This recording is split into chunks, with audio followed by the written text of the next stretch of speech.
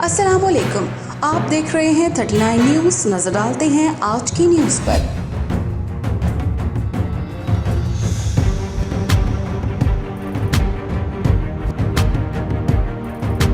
तफसीलात जानते हैं अपने नुमाइंदे से। जी commissioner overseas Pakistanis commission Punjab Syed Khadim Abbas की क़यादत में overseas Pakistanis commission Punjab Lahore office में ओवरसीज़ पाकिस्तानियों की शिकायत के जायज़ा के सिलसिले में अहम अजलास मुनक़्क़द किया गया। अजलास में डायरेक्टर लीगर राजा मोहम्मद ज़ुबैर समेत दीगर अफसरान भी मौजूद थे। इस मौका पर सैयद खादम अब्बास का कहना था कि समंदर पार पाकिस्तानियों के हकूक़ और अमलाक का तहफ़्फ़ुज़ हर कीमत पर यकीनी बनाया जा रहा है।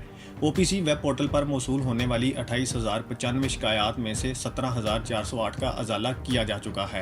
उनका मजीद कहना था कि ओवरसीज़ पाकिस्तानीज़ कमीशन पंजाब की कारकर्दगी समंदर पार पाकिस्तानियों के मसाइल के फौरी हल से ही मुंसलिक है। मुल्क के मुआशी इस्तेहकाम में समंदर पार पाकिस्तानियों का किरदार हमेशा मिसाली रहा है, इसलिए बैरून ममालिक मुकीम पाकिस्तानियों की खिदमत ही हमारा अव्वलीन फ़र्ज़ है।